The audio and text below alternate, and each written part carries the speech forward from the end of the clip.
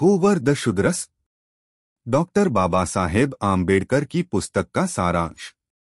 जाति, उत्पत्ति, इतिहास और सामाजिक अन्याय पर आधारित। शूद्र कौन थे? यह प्रश्न भारत की सामाजिक संरचना को समझने के लिए अत्यंत महत्वपूर्ण है। डॉक्टर आम्बेडकर ने इस पुस्तक में शूद्रों की ऐतिहासिक उत्पत्ति, उनके पतन और वर्तमान स्थिति का वैज्ञानिक विश्लेषण किया। यह केवल एक ऐतिहासिक अध्ययन नहीं, सामाजिक अन्याय के विरुद्ध प्रमाण आधारित तर्क है। ब्राह्मणों और शूद्रों के संबंध का विश्लेषण ग्रंथों और इतिहास के आधार पर किया गया है। डॉक्टर आम्बेडकर बताते हैं कि प्रारंभ में शूद्र कोई अलग जाति नहीं, बल्कि क्षत्रिय वर्ग का ही भाग थे। आरंभिक वैदिक काल में समाज 4 वर्णों में नहीं बंटा था, यह व्यवस्था बाद में आई। शूद्रों का पतन एक राजनीतिक सामाजिक संघर्ष और ब्राह्मण विरोध का परिणाम था। आरंभ में शूद्र शक्तिशाली, योद्धा और शासक वर्ग में आते थे। उन्होंने ब्राह्मणों के प्रभुत्व को चुनौती दी, जिससे टकराव हुआ। ब्राह्मणों ने धार्मिक माध्यमों से उन्हें नीचा दिखाना शुरू किया। शूद्रों को वर्ण व्यवस्था की चौथी श्रेणी में गिरा दिया गया। इसका कारण केवल सामाजिक नहीं, बल्कि धार्मिक और राजनीतिक संघर्ष भी था। मनुस्मृति और अन्य धर्मशास्त्रों ने शूद्रों को अपवित्र और अस्पृश्य घोषित किया। डॉक्टर आम्बेडकर के अनुसार यह धर्मशास्त्र शोषण के औजार बने। शूद्रों को वेद पाठ, उपनयन संस्कार और शिक्षा से वंचित किया गया। ब्राह्मणों ने शिक्षा और ज्ञान पर एकाधिकार जमाया। शूद्रों की सामाजिक स्थिति धीरे धीरे गिरती गई। जाति व्यवस्था एक दमनकारी संरचना के रूप में स्थापित हुई। शूद्रों को केवल सेवा, श्रम और अधीनता के लिए मजबूर किया गया। उनके ऊपर अन्याय को धर्म और परंपरा के नाम पर जायज ठहराया गया। डॉक्टर आम्बेडकर ने ऋग्वेद, स्मृतियां, पुराण और महाभारत जैसे स्रोतों का विश्लेषण किया। इन स्रोतों में ब्राह्मणों की दृष्टि से इतिहास लिखा गया। शूद्रों की कोई स्वतंत्र ऐतिहासिक आवाज इन ग्रंथों में नहीं मिलती। आथर डॉक्टर आम्बेडकर ने इतिहास को एक नए दृष्टिकोण से पढ़ा। उनका तर्क है, जाति जन्म से नहीं, कर्म और सत्ता से जुड़ी चीज है। शूद्रों का पतन समाज की सत्ता संरचना के नियंत्रण से जुड़ा था। ब्राह्मणों ने अपने अधिकारों की रक्षा के लिए जातियों का निर्माण किया।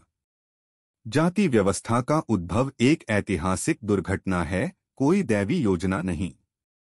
शूद्रों को अशिक्षित, निर्बल और गुलाम बनाकर समाज ने अपने ही अंग को काट दिया।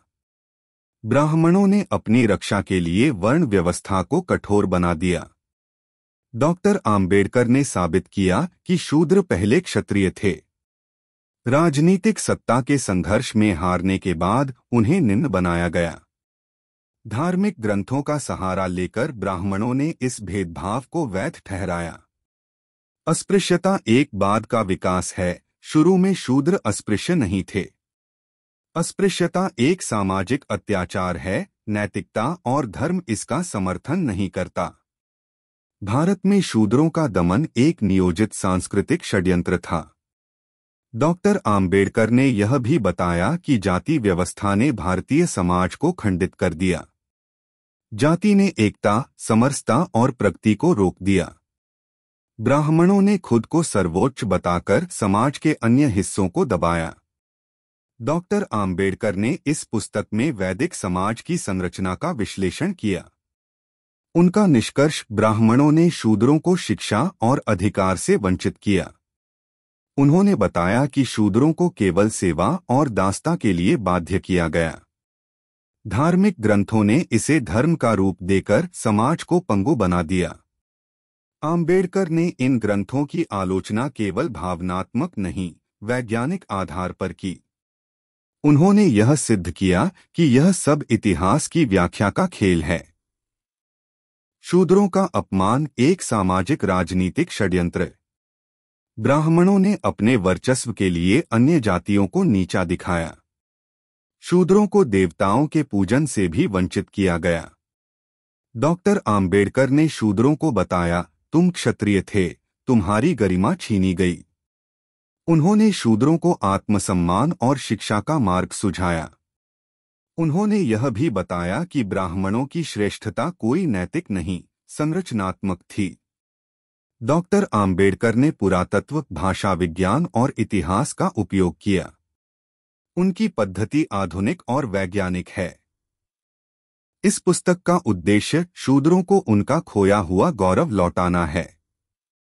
पुस्तक केवल इतिहास नहीं, क्रांतिकारी विचार है। डॉक्टर आम्बेडकर ने यह स्पष्ट किया, जाति व्यवस्था भारतीय समाज के लिए अभिशाप है। शूद्रों का उत्पीड़न केवल भूतकाल की बात नहीं, आज भी जारी है। ब्राह्मणवाद को उन्होंने समाज के पतन का कारण बताया। धर्म जब वह अन्याय को बढ़ावा दे तो उसे बदलना जरूरी है। शूद्रों को चाहिए कि वे संगठित हों, शिक्षित हों और संघर्ष करें। स्वाभिमान के बिना स्वतंत्रता अधूरी है। डॉक्टर आम्बेडकर ने शूद्रों को पुनः मानवता की मुख्य धारा में लाने का कार्य किया। उन्होंने समाज को चेताया कि बिना समता के कोई भी समाज स्थायी नहीं हो सकता। उन्होंने शूद्रों से कहा, अपने अतीत को जानो और नए भविष्य की रचना करो। यह पुस्तक आत्मचिंतन और सामाजिक न्याय का घोषणापत्र है। शूद्रों को उनका इतिहास जानना जरूरी है ताकि वे झूठे हीन भाव से मुक्त हो सकें। शूद्रों को बताया गया कि वे पराजित नहीं, उन्हें पराजित किया गया। आम्बेडकर ने यह भी कहा कि ब्राह्मण और शूद्र दोनों को सत्य स्वीकार करना होगा। सत्य यही है, सब मनुष्य समान हैं, कोई नीच या ऊंच नहीं। शूद्रों को चाहिए कि वे पुराने धार्मिक जाल से बाहर निकलें। उनकी मुक्ति शिक्षा, संगठन और धम्म में है। डॉक्टर आम्बेडकर ने जाति व्यवस्था को खत्म करने के लिए बौद्ध धम्म का मार्ग अपनाया। उन्होंने बताया कि बुद्ध का धम्म सभी के लिए समानता और स्वतंत्रता का मार्ग है। यह पुस्तक केवल शूद्रों के लिए नहीं, पूरे समाज के लिए चेतावनी है। जाति व्यवस्था मानवता के मूल्यों के विरुद्ध है। शूद्रों को उनका इतिहास जानकर नए आत्मबल से भरना होगा। भारत की प्रगति शूद्रों की स्वतंत्रता और सम्मान से जुड़ी है। यह पुस्तक एक विचार क्रांति की शुरुआत है। शूद्रों को चाहिए कि वे अपना मानसिक बंधन तोड़े। आम्बेडकर ने कहा, तुम पहले मनुष्य हो, बाद में कुछ और। शूद्र अब भी शिक्षा, स्वास्थ्य और सम्मान में पीछे हैं, यह स्थिति बदलनी चाहिए। उन्होंने शूद्रों को अधिकारों के लिए लड़ने का साहस दिया। शूद्रों को बताया, तुम्हारा संघर्ष वैध है, नैतिक है, ऐतिहासिक है। आम्बेडकर ने समाज को आईना दिखाया, जहां कुछ वर्गों ने पूरे समाज को गुलाम बना दिया। यह पुस्तक आज भी उतनी ही प्रासंगिक है जितनी लिखे जाने के समय थी। शूद्रों को अब नई चेतना, नई एकता और नई दिशा चाहिए। डॉक्टर आम्बेडकर ने बताया कि मुक्ति बाहरी नहीं, आत्मा से शुरू होती है। शूद्रों को धार्मिक गुलामी से भी आजादी चाहिए। उनका इतिहास दर्दनाक है, पर भविष्य आशाजनक हो सकता है। आम्बेडकर ने जाति तोड़ने का कार्य आत्मज्ञान से शुरू किया। उन्होंने सवाल पूछा, तुम कब तक नीचा रहोगे जबकि तुम कभी राजा थे? शूद्रों का इतिहास मिटा दिया गया, उसे पुनः लिखना होगा। हु वर द शूद्रस उस पुनर्लेखन का पहला क्रांतिकारी प्रयास है। यह पुस्तक समाज को सुधारने नहीं, जड़ से बदलने का आह्वान है। यह इतिहास नहीं, न्याय की मांग है। यह चेतावनी है कि अगर जाति रहेगी तो भारत नहीं बचेगा। यह आग्रह है कि हर शूद्र अपने आत्मसम्मान को पहचाने। और यह प्रतिज्ञा है कि अब अन्याय को सहा नहीं जाएगा, मिटाया जाएगा। ताहू बताइए।